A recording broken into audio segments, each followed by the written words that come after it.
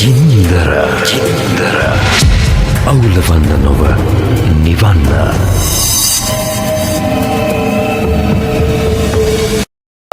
කලබල වෙන්න එපා. රන්පොන් කොඩිතුවක්කුගේ නංගි. හරිද? කවුද මේ රන්මල් කොඩිතුවක්කුත් දන්නේ නැති රන්මල් කොඩිතුවක්කුගේ නංගි? කවුද ඒ නංගි පිටිපස්සේ ඉන්නේ? කාටද රන්මල් කොඩිතුවක්කුට ගහන්න ඕන වෙලා තියෙන්නේ? ඇයි මේ පොලිසියේ බෙදීමක්? මොකක්ද මේ ප්‍රශ්නේ? අපි අද ඒ ගැන කතා කරමු. මේ කාන්තාවගේ නම රොෂානි මාකවිට. ඇය රන්මල් කොඩිතුවක්කුගේ නංගි නෙමෙයි. රන්මල් කොඩිතුවක්කුගේ නංගිලා ඇත්තෙත් නෑ. රන්මල් කොඩිතුවක්කු කියන්නේ හිටපු පොලිස්පති කීර්තිමත් පොලිස් නිලධාරියෙක් වුණු ලකී කොඩිතුවක්කුගේ එකම පුතා. ඉතින් එයාට නම් මෙහෙම නංගි කෙනෙක් නෑ. මේ රොෂානි මාකවිට කියන මේ කාන්තාව දැනට පදිංචි වෙලා ඉන්නේ ත්‍රිලියම් නිවාස සංකීර්ණේ.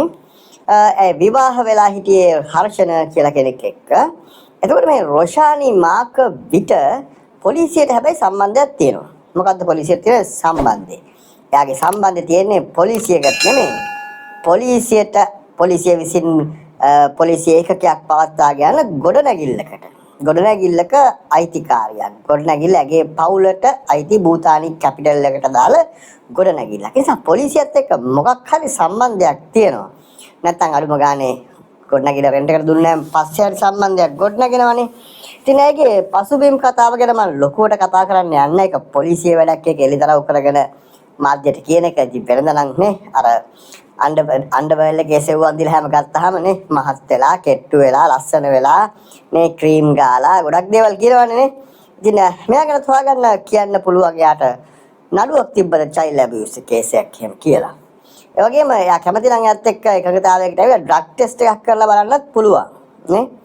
ඇසිරීමක් දිහා බලන්නකොනේ රයිට්. ඉතින් ඒ රොෂානි මාකවිට ගැන හැබැයි දැන් මේ රොෂානි මාකවිටගේ කතාවෙන් අපිට තේරෙනවා එයා එකපාරටයි මේ රන්මල්ගේ නම කියන්නේ.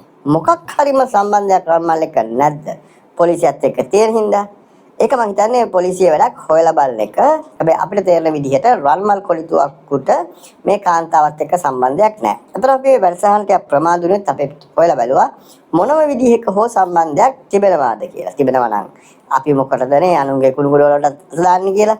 හැබැයි මේක බලන් ගියාම හොයලා බලපුවාම තේරෙන දේ තමයි රන්මල් කොලිතුවක්කුට සම්බන්ධයක් නැහැ. එහෙනම් ඉතින් සම්බන්ධය තියෙන්නේ කාටද කියලා හොයාගන්න එක වෙනම ඉතුරු වෙලා තියෙන කටයුත්තක්.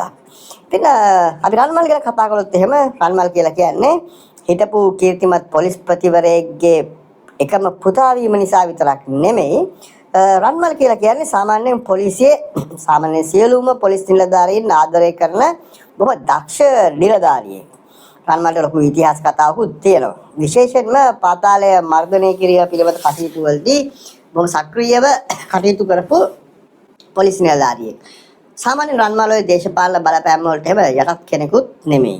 රන්මල් එහෙම නිකන් කාටවත් යටත් කෙනෙකුත් නෙමෙයි. මීඩියා ඉස්සරහට ඇවිල්ලා මේ තමන් කරපු මෙහෙයුම් ගැන වොයිස් කට් දෙන සෝෂල් මීඩියා පබ්ලිසිටි බලාපොරොත්තු වෙන කෙනෙකුත් නෙමෙයි. දැන් රන්මල්ගේ ඉතිහාස කතාවේ රන්මල් මම හිතන්නේ පානදුර ASP වෙලා එනවා. පානදුර ASP වෙලා ආපු වෙලාවේදී ඕගොල්ලන්ට මතක ඇති ඒ කාලේ හිටියා ඔය සන් බබා කියලා මේ සෑහෙන ජනප්‍රිය වෙලා හිටපු ඒ කාලේ පාතාල ක්‍රියාකාරිකයෙක්. ඉතින් සන් බබා කියලා කියන්නේ ඒ වෙලාවේ හිටපු පොජනක්සත් ප්‍රමුඛ දේශපාලනයට සම්බන්ධ කෙනෙක්. විශේෂයෙන්ම රත්නසිරි වික්‍රමනායකලත් එක්ක බොහොම සමීපව කටයුතු කරපු කෙනෙක් සන් බබා.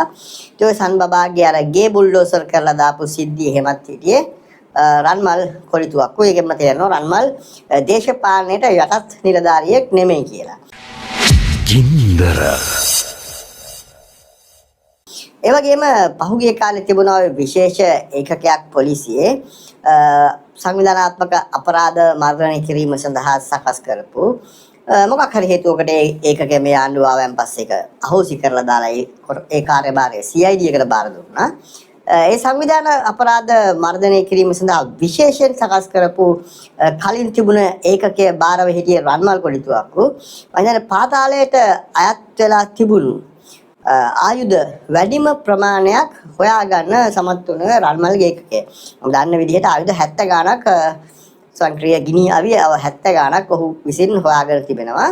ඔහුගේ ඒකකයේ විසින් ඒක ටිකක් විශේෂ කාර්යයක් පහුගිය කාලේ පාතාලයට එරෙහිව පොලිසිය පැත්තෙන් කරපු. ඉතින් ඒ නිසා පාතාලෙත් පොඩි ඇරියස් එකක් රන්මල් එක තියෙනවා. මොකද රන්මල් ටිකක් කන්ට්‍රෝල් නැහැ පාතාලෙට. රන්මල් දේශපාලනයට කන්ට්‍රෝල්ුත් නැහැ. ඔහු පොලිස් නිලධාරියෙක්. ඉතින් හැබැයි මේ රන්මල්ගේ එක අඩුපාඩුවක් තියෙනවා. ඒ අඩුපාඩුව තමයි රන්මල් සාමාන්‍යයෙන් ප්‍රසන්ටේෂන් කරද්දී සමහරක් වැඩසටහන් කරද්දී ඒක කරන්නේ මිනිහා ඉංග්‍රීසියෙන්. ඒක සමහරක් වෙලාවට සමහරුන්ට ටිකක් දිරවන්නේ මේක කියන දේවල් තේරෙන්නේ නැහැ වගේ කතාවකුත් ඔය පහුගිය කාලේ කතා වෙලා තියෙනවා. ඉතින් මම හිතන්නේ ඒක නිසා මෙච්චර දෙයක් වෙන්න ඇති කියලා. කොහොම නමුත් අපි දැක්කා මේ මෑතක කාලීනව ලංකාවේ පොලිසිය තුළ අධිකරණය තුළ විවිධ ශේෂ්ත්‍ර තුළ විශාල බෙදීම් නිර්මාණය කිරීමක් සහ කඩාවැටවීමක්. ඒ වගේම පොලිසිය ඇතුලේ බොහොම පැහැදිලි බෙදීමක් තිබෙනවා කියන කාරණාව අර පතිනායක සිදුවීම ඒ වොයිස් කට් එක ඒක සමාජගත කිරීම ඊට පස්සේ ගැන ගත්ත ක්‍රියාමාර්ග මේ වගේ කාරණා දිහා බලපුවාම පේන්න තියෙනවා. මෙන්න මේ ක්‍රියාවලියේම ගොදුරක්ද රන්මල් කොඩිතුවක්කෝ කියන දක්ෂ සහ පොලිසියේ විශාල ආදරයකට ලක් වෙච්ච නිලධාරියාව ලක් වෙන්නේ. මොකද අපි දන්නවා මේ ආණ්ඩුව ආවයන් පස්සේ රන්මල් ප්‍රසන්ටේෂන් එකක් කළා මේ ආණ්ඩුවටත්. ඒ ප්‍රසන්ටේෂන් එකෙන් මේ පාතාලය මර්ධනය කිරීම පිළිබඳව ඔහු තමන්ගේ අදහස ඉදිරිපත් කළා. ඒ වෙලාවේ රන්මල් සහ ඔය ශානි කියන දෙන්නම CCDI එකට පත් කළා. අපි ඇත්තටම හිතුවා ශානි කියන්නේ දක්ෂ නිලධාරියෙක් මොන මතවේද තිබුණත්. ඉතින් රන්මල් වගේ බොහොම විනයකරුක විධිමත් පොලිස් නිලධාරියෙක් එක්ක ශානි කටයුතු කිරීමෙන් මම හිතන්නේ මේක ටිකක් බැලන්ස් වෙලා ටිකක් හොඳ පාතාල මර්ධන වැඩසටහනක් ක්‍රියාත්මක වෙයි කියලා අපිත් හිතුවා. නමුත් ඊටම කෙටි කාලෙකින් CID එකේ ඩිරෙක්ටර් CID විදිහට ශානිපත් වෙලා රන්මල්ව ඉතින් අයින් වෙනවා. ඊට පස්සේ මම හිතන්නේ තවත් පහුගිය දවස්වල රන්මල්ට මාරු වීමකුත් ආවා. මේ කාරණා සියල්ල දිහා බලපුවාම සැලකිය යුතු ප්‍රමාණික නිකන් සැකසංකාවක් දෙගිඩියාවක් නිර්මාණය වෙනවා. මේක හිතාමතාම කිසියම් කෙනෙක් රන්මල්ව අපහසුතාවයට පත් කරන්න නැත්නම් ඔහුට යම්කිසි ඔහු පිළිබඳව සමාජයේ තියෙන ඉමේජ් එක දැන් රන්මල් කියන්නේ සෝෂල් මීඩියා කැම්පේන් කරන කෙනෙක් නෙමෙයිනේ.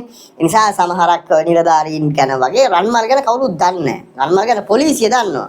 නේ රන්මල් ගැන පොලිසිය දන්නවා ඔහු කොයිතරම් කීර්තිමත් නිලධාරියෙක්ද. මේ රන්මල් ගැන පොලිසියෙන් ඉන්න අය කියන අදහස් එක්ක ඔහු පිළිබඳව පොලිසිය හොඳ PR එකක් තියෙන නිලධාරියෙක්. හැබැයි ඔහු රට දන්නේ නැහැ. රට නොදැනගන්න හේතුව තමයි අලුම ගානේ අත්තර මේ සිදුවීම් වෙනකම් මේ ලකී කොඩිතුවක්කුවේ පුතා කියලා හුඟ දෙනෙක් දැනන් හිටියේ නැහැ. ඒ ඔහුට නංගි කෙනෙක් නැහැ. ඔය කවුරුත් මේව දැනන් හිටියේ නැහැ. ඉතින් දැනගන්න අවශ්‍යත් නැහැ පොලිස් නිලධාරියෙක් කියලා කියන දේශපාලකයෙක් නෙමෙයිනේ, ඡන්දෙන්පත් වෙන කෙනෙක් නෙමෙයිනේ. ඒක ප්‍රොපගන්ඩා කරන්න ඕනේ නැහනේ.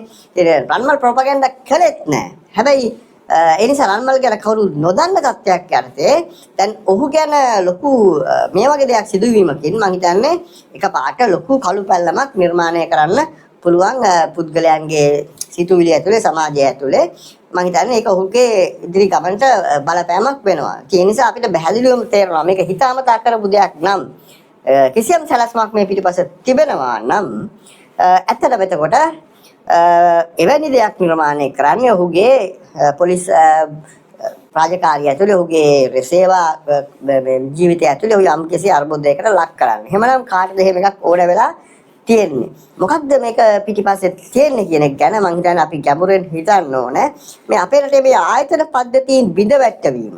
يعني මේ රන්මල් ආරක්ෂා කර ගැනීම කියන එක නෙමෙයි, ඒක වෙනම කතාවක්. කවුරු හරි කෙනෙක් හොඳ නිලධාරියෙක් නම් ඔහු ආරක්ෂා කර ගැනීමත් මම හිතන්නේ වගකීමක් සමාජ. නැත්තම් මේක මේ පොලිසිය ඇතුලේ තියෙන සාමාන්‍ය බලතරංගයක ප්‍රතිඵලයක් හරි මොකක් හරි එක්ක එන කුමන්ත්‍රණයක්ද? එහෙම නැත්තම් ඊට වඩා වෙනත් දෙයක්ද කියලා මම හිතන්නේ ඒක පොලිසියම තමයි කියන්න ඕන. ඒක ඉතින් තාම ස්වාධීන විදිහට මේ කතාව වෙනවා නම් හොඳයි. ගින්දර අවුලවන්න නොව නිවන්න.